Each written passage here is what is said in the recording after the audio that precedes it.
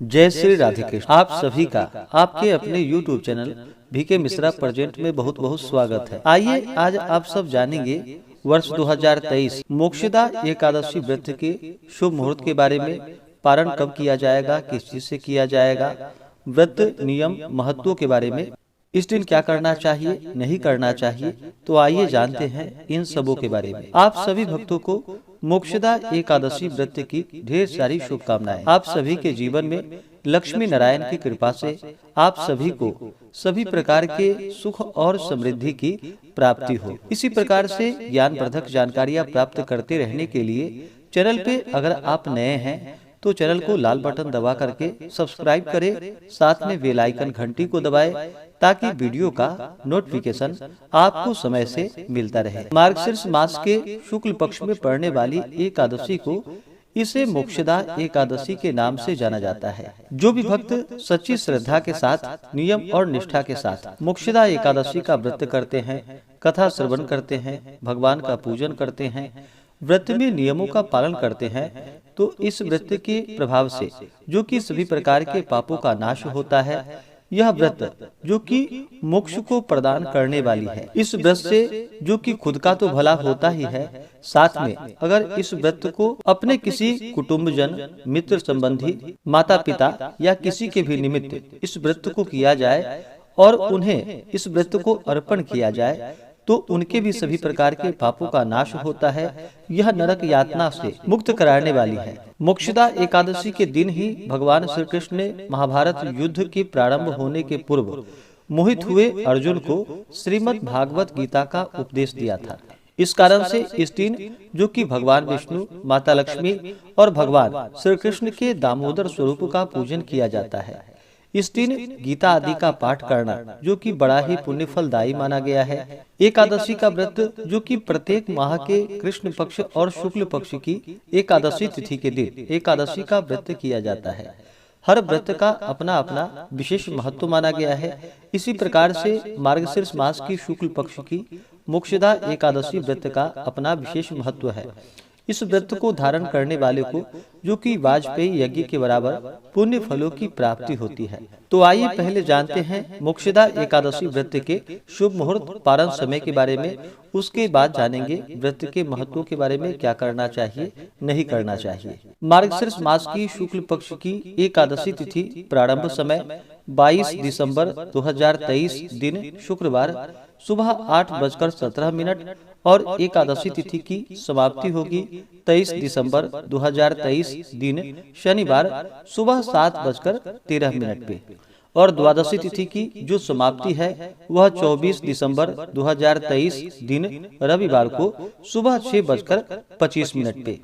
इस बार एकादशी का व्रत जो कि 2 दिन बतलाया गया है। पहले दिन जो कि 22 दिसंबर को स्मार्तों के लिए, गृहस्थों के लिए व्रत बतलाया गया है और दूसरे दिन जो कि 23 दिसंबर को वैष्णवों के लिए एकादशी का व्रत बतलाया गया है। एकादशी व्रत का पारण जो कि हरिवासर समाप्त होने के बाद करना चाहिए। हरिवासर का जो समय होता है वह समय द्वादशी तिथि का पहला चौथाई हिस्सा हरिवासर का होता है। तो हरिवासर समाप्त होने के बाद ही व्रत का पारण करना चाहिए। 22 दिसंबर को जो भी व्रत धारण करेंगे वो सभी इस व्रत का पारण जो कि 23 दिसंबर को करेंगे। 23 दिसंबर को पारण का समय दोपहर 1:22 से दोपहर 3:25 तक व्रत का पारण किया जाएगा। और 23 दिसंबर को जो भी व्रत धारण करेंगे वो सभी व्रत का पारण जो कि 24 दिसंबर को पारण करेंगे। पारण का समय सुबह 7:10 से सुबह 9:14 तक व्रत का पारण करेंगे। इस व्रत का पारण जो कि गोमूत्रेण पारणम, गौमूत्र से व्रत का पारण है, यह संभव ना हो पाए तो आप तुलसी दल, जल या फल से व्रत का पारण करें। एकादशी तिथि के दिन सूर्योदय का जो समय है वह समय सुबह 6:39 और सूर्यास्त शाम 5:13। 22 दिसंबर को जो राहु काल का समय होगा वह समय सुबह 10:37 से सुबह 11:56 तक। 23 दिसंबर को सुबह 9:18 से सुबह 10:37 तक और 24 दिसंबर को राहु काल का समय दोपहर 3:55 से शाम 5:14 तक होगा। राहु काल समय के दौरान कोई भी शुभ कार्य या नया कार्य, पूजन आदि का कार्य नहीं करना चाहिए, इस बात का ध्यान रखें। 22 दिसंबर को नक्षत्र जो कि अश्विनी नक्षत्र रात्रि 9:36 तक होगा। उसके बाद फिर भरणी नक्षत्र अगले दिन रात्रि 9:19 तक होगा। योग जो कि परिध योग 22 दिसंबर को सुबह 11:11 तक, उसके बाद शिव योग जो कि अगले दिन सुबह 9:08 तक होगा। सर्वार्थ सिद्धि योग और रवि योग भी बन रहा है जो कि 22 दिसंबर सुबह 6:42 से रात्रि 9:36 तक, और 23 दिसंबर को जो कि त्रिपुष्कर योग रात्रि 9:19 से अगले दिन सुबह 6:24 तक होगा।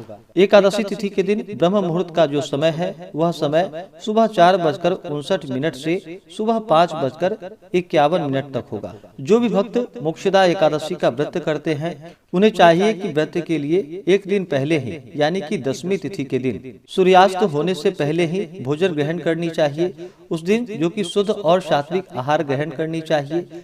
मांस, मदिरा, प्याज, लहसुन आदि का जो कि 10वीं एकादशी और द्वादशी के दिन प्रयोग नहीं करना चाहिए। 10वीं के सूर्यास्त से पहले ही भोजन ग्रहण कर ले। उसके बाद दांतों को अच्छे प्रकार से साफ करके रात्रि ब्रह्मचर्य का पालन करते हुए भगवान विष्णु एकादशी व्रत का स्मरण करते हुए सोना चाहिए। और एकादशी की सुबह ब्रह्म मुहूर्त में उठ करके नित्य क्रियाओं से निवृत्त होकर के गंगा नदी में या घर के नहाने के पानी में ही थोड़ा सा गंगा जल मिला करके स्नान करना चाहिए। शुद्ध वस्त्र धारण करना चाहिए। और जो भी व्रत रखने वाले हैं उन्हें व्रत का संकल्प लेना चाहिए। अगर आप इस व्रत को किसी को अर्पण करना चाहते हैं तो उनके नाम से संकल्प ले और भगवान विष्णु से प्रार्थना करें कि हे भगवान विष्णु, हे भगवान श्री कृष्ण, आज मैं मोक्षदा एकादशी का व्रत रखने जा रहा हूँ या रखने जा रही हूँ। इस प्रकार से भगवान से प्रार्थना करें कि यह व्रत मेरा निर्विघ्न पूरा हो, हमें पुण्य फलों की प्राप्ति हो। आप हमें आशीर्वाद प्रदान करें। आपके मन में जो भी इच्छा हो, जो भी कामना हो, वह भगवान विष्णु, भगवान श्री कृष्ण से कहें। और एकादशी तिथि के दिन जो कि दिन रात्रि उपवास रहते हुए व्रत को धारण करना चाहिए। जो उपवास नहीं रह पाते हैं, जिनका स्वास्थ्य सही ना हो, तो आप एक समय फलाहार ग्रहण करके व्रत को धारण कर सकते हैं। और इस दिन एकादशी के दिन जो कि पूरे विधि विधान के साथ भगवान विष्णु, माता लक्ष्मी, भगवान श्री कृष्ण के दामोदर स्वरूप का पूजन करना चाहिए। भगवान श्री कृष्ण का पूजन करना चाहिए। एकादशी तिथि के दिन जो कि गीता आदि का पाठ या श्रवण करना चाहिए। मोक्षदा एकादशी व्रत का कथा श्रवण करना चाहिए। ओम नमो भगवते वासुदेवाय या श्री दामोदराय नमः, इन मंत्रों का जप करना चाहिए। इससे अनंत फलों की प्राप्ति होती है।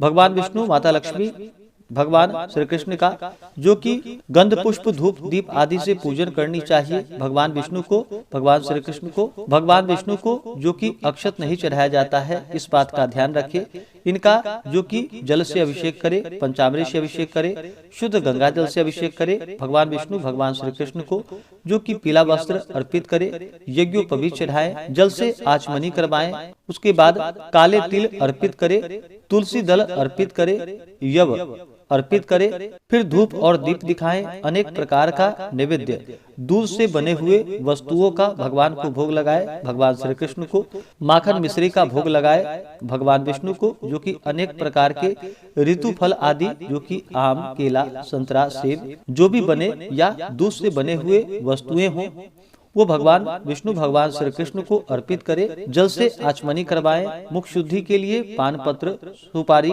लौंग, इलायची के साथ में अर्पित करे। द्रव्य दक्षिणा चढ़ाएं। और फिर मोक्षदा एकादशी व्रत का कथा श्रवण करनी चाहिए। गीता आदि का पाठ या श्रवण करना चाहिए। इस दिन जहाँ तक हो सके गीता पाठ या गीता पर व्याख्यान आदि हो, संभव हो तो गीता का जुलूस भी निकालना चाहिए। और पूरे विधि विधान के साथ भगवान का पूजन, कथा श्रवण करना चाहिए। नाम जप करते रहना चाहिए। इससे अनंत फलों की प्राप्ति होती है। व्रत के दौरान जो कि किसी के ऊपर क्रोध नहीं करनी चाहिए। अपने मन में किसी के प्रति ईर्ष्या या द्वेष का भाव नहीं लाना चाहिए।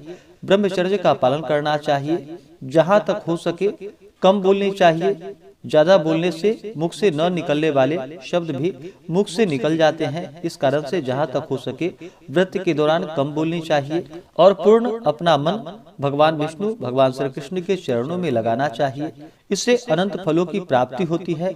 इस प्रकार से एकादशी के दिन भगवान का पूरे विधि विधान के साथ पूजन करके जहाँ तक हो सके रात्रि जागरण करते हुए समय को व्यतीत करना चाहिए और द्वादशी तिथि के दिन जाकर के सुबह उठ करके नित्य क्रियाओं से निवृत्त होकर के स्नान करके शुद्ध वस्त्र धारण करके भगवान का पूजन आरती कर ले और फिर ब्राह्मणों को भोजन करवाए, ब्राह्मणों को दान और दक्षिणा दे और फिर समय के अनुसार व्रत का पालन करना चाहिए। इस प्रकार व्रत को धारण करने से जो कि अनंत फलों की प्राप्ति होती है। मोक्षदा एकादशी व्रत करने वाले को द्वादशी तिथि के दिन जो कि एक ही समय एक भुक्त पारण करने का विधान है, एक समय भोजन ग्रहण करना चाहिए और सात्विक आहार ही ग्रहण करनी चाहिए। इस प्रकार व्रत को धारण करने से यह सभी प्रकार के पापों को नष्ट करने वाली तथा मोक्ष को प्रदान करने वाली है। तो आशा करता हूँ कि यह जानकारी आपको अच्छा लगा हो। ऐसे ही ज्ञानवर्धक जानकारियाँ प्राप्त करने के लिए चैनल पे अगर आप नए हैं तो चैनल को लाल बटन दबा करके सब्सक्राइब करें, साथ में बेल आइकन घंटी को दबाएं ताकि वीडियो का नोटिफिकेशन आपको समय से मिलता रहे। वीडियो को लाइक करें, शेयर करें, सुखी रहें और स्वस्थ रहें। जय श्री राधे कृष्ण। धन्यवाद।